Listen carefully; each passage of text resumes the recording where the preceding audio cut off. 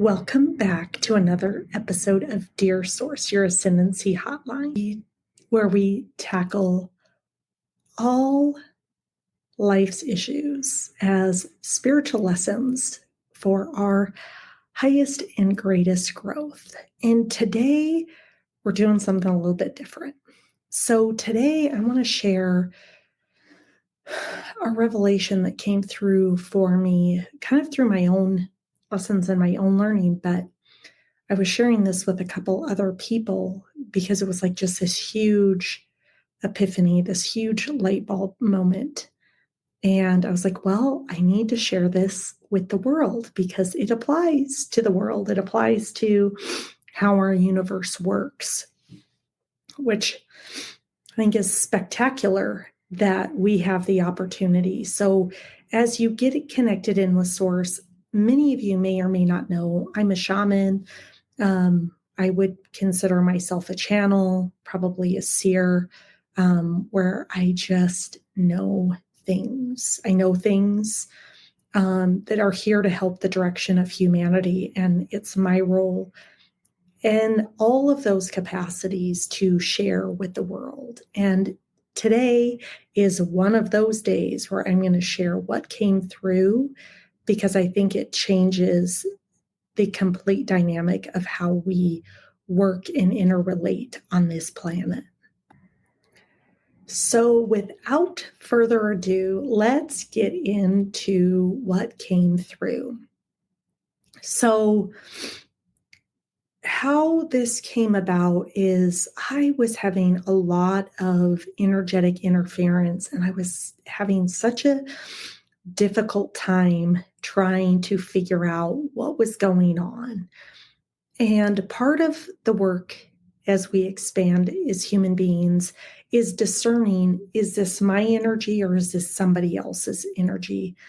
And it also could be the collective energy of, quite honestly, the entirety of the universe that you could be experiencing.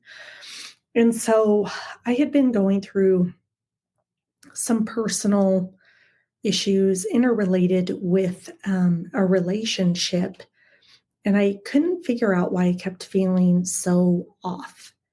And it was interesting because I started to reflect on other relationships I've had in the past. And I was like, okay, I've kind of have the same pattern here. Like, what's going on?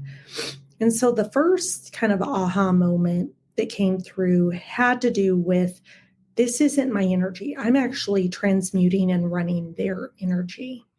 They're like reflecting back to me how I truly feel internally. And then I feel like I'm the one over here transmuting and going through kind of this chaos that is really, I think, how they're feeling internally.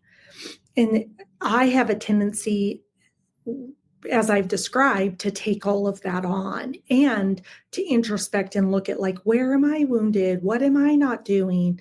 Why is this coming up for me again?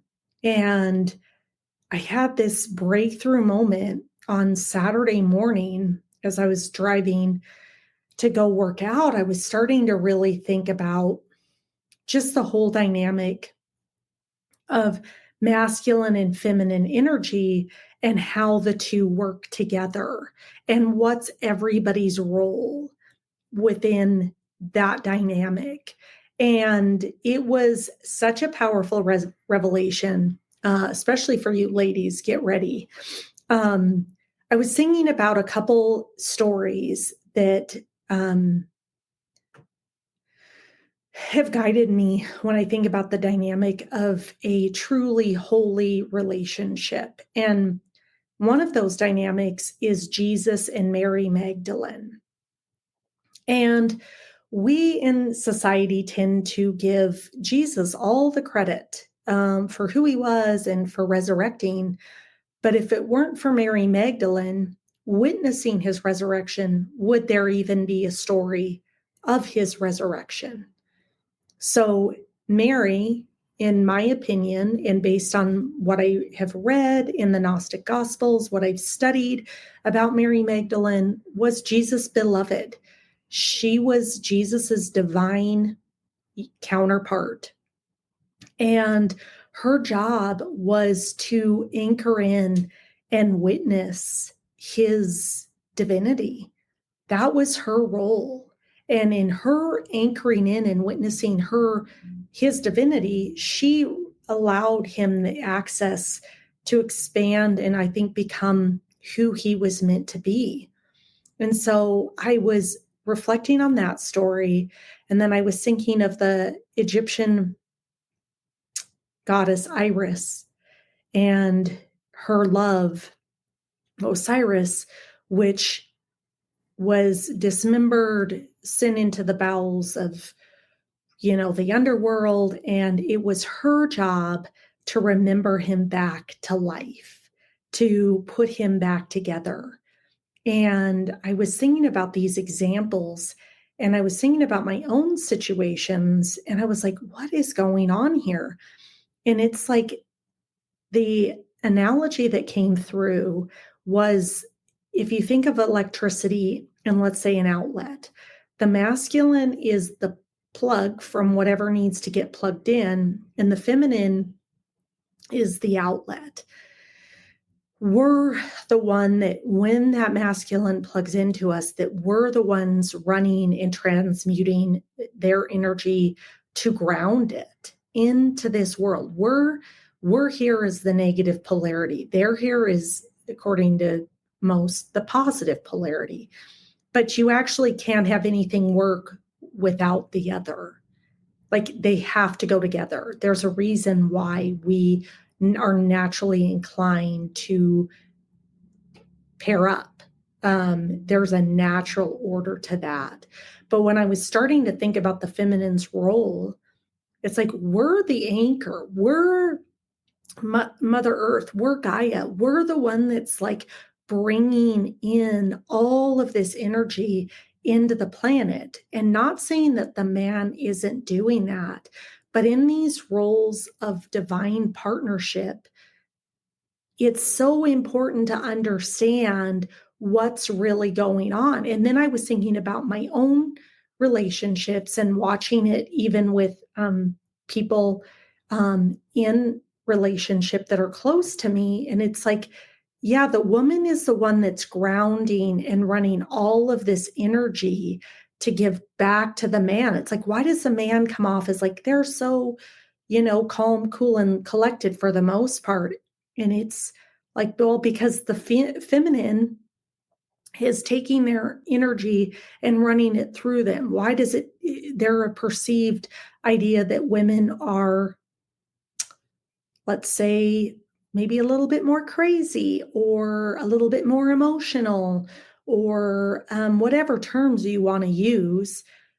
We kind of have those archetypes and those stereotypes going on.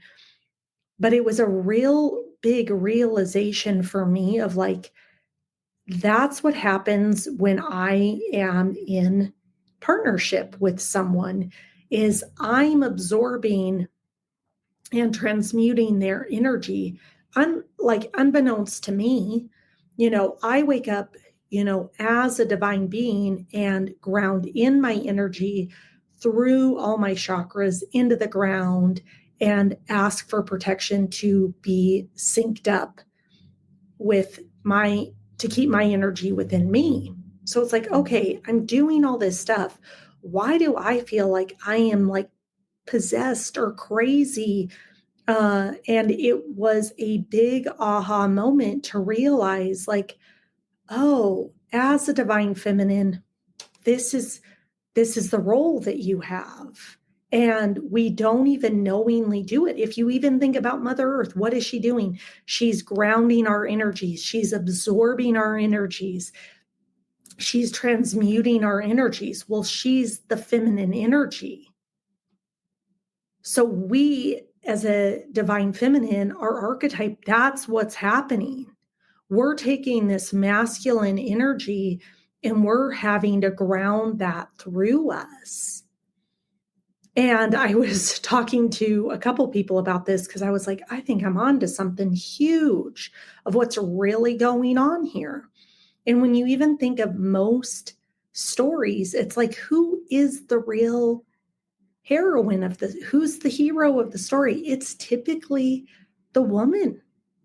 Like in every story, it's like, who's anchoring in the masculine for the masculine to actually be the masculine? There is a woman, there's a divine counterpart. Think about Jesus's even birth. Again, there's this archetype of Mary that, had to be chosen by an angel. Like, you wouldn't even, again, have a Christ if you didn't have the woman in order to have the baby.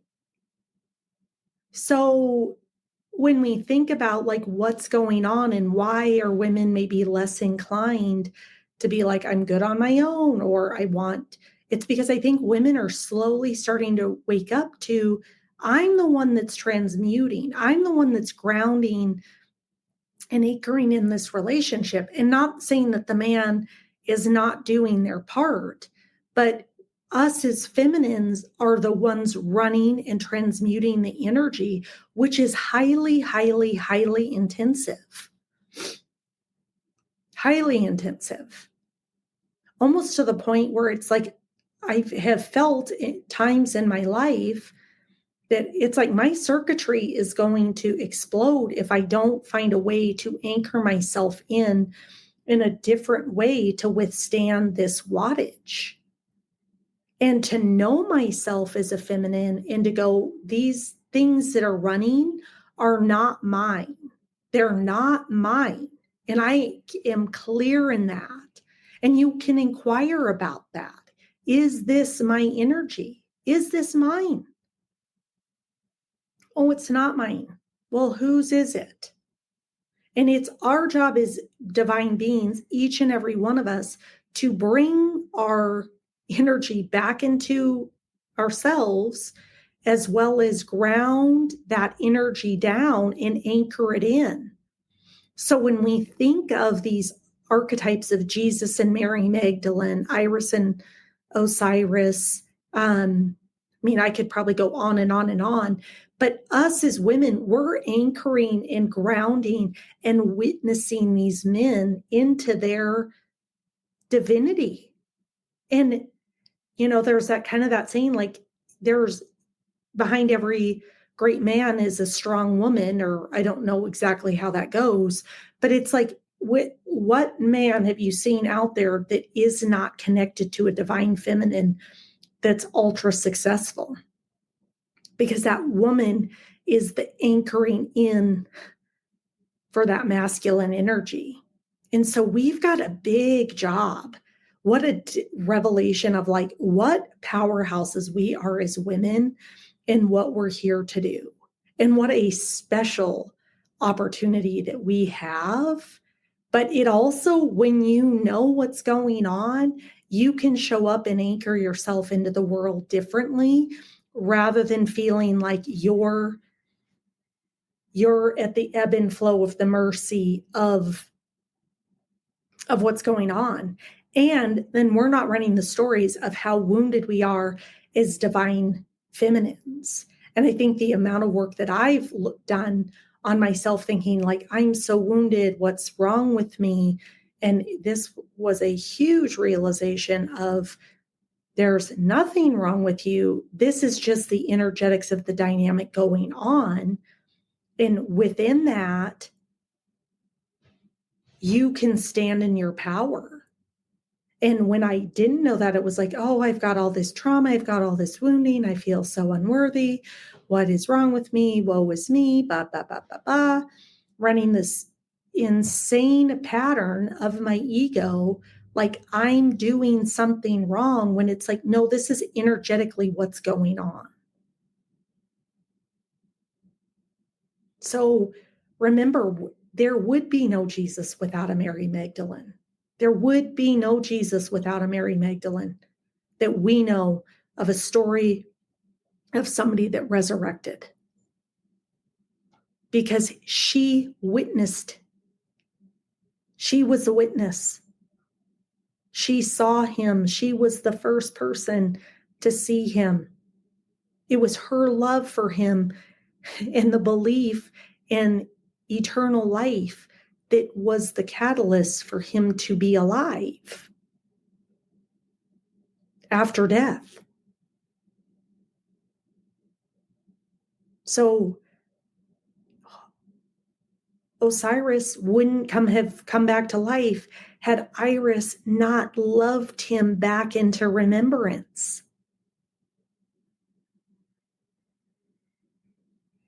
So guess what, ladies? We are the powerhouses of the world. We are the energetic anchors. We are the grounding rods for the lightning that comes in to anchor that energy in. We are here to be in divine relationship. We are here to have relationships as Jesus and Mary Magdalene had with our divine counterparts. We are here to love like Osiris did, to remember people back into their existence. We are magic. The world wouldn't exist without the divine feminine energy. So every time you start to question, get curious and inquire and figure out what's going on. We're about to break this pattern because, again, think about the story of even Jesus in the Bible. It was written by men. So what do men need to do? They need to keep the powerhouses of us in check because we're the real anchors in this world. There would be no men without women. So just think about that today. And if you'd like to connect on energies around divine masculine, divine feminine energy, about relationships and how that works and how you can anchor yourself in to be the witness for your partner, reach out. I'd love to have a one-on-one with you. Like I said, this is revolutionary. This is breakthrough. This is next level. This transforms every human relationship, but specifically divine unions and what we would consider romantic relationships, because when you understand this, you can change the way that you're showing up and understanding what's really going on. So let's connect. I'd love to get you on my calendar. I am here in service of the world. If you want to talk, like always, book the link in my calendar. Let's connect. And let's just change the world. When we get more understanding, we can change how humanity orientates and relates itself in this world for astronomical change and results. We're breaking free. We're breaking free from the matrix. We're transcending. We're moving to a higher density of consciousness, which means bringing up awareness and residing in our heart space, residing in a space of love. What a magical time. And coming soon in 2025 is a beautiful community I'm building where we can engage, interact on all these topics for your spiritual growth, where you have a community that supports you, helps you feel seen, know that you're not alone, and that comes together for the betterment of the human race. So until next time, honor your truth, trust the process, and stay connected to Source.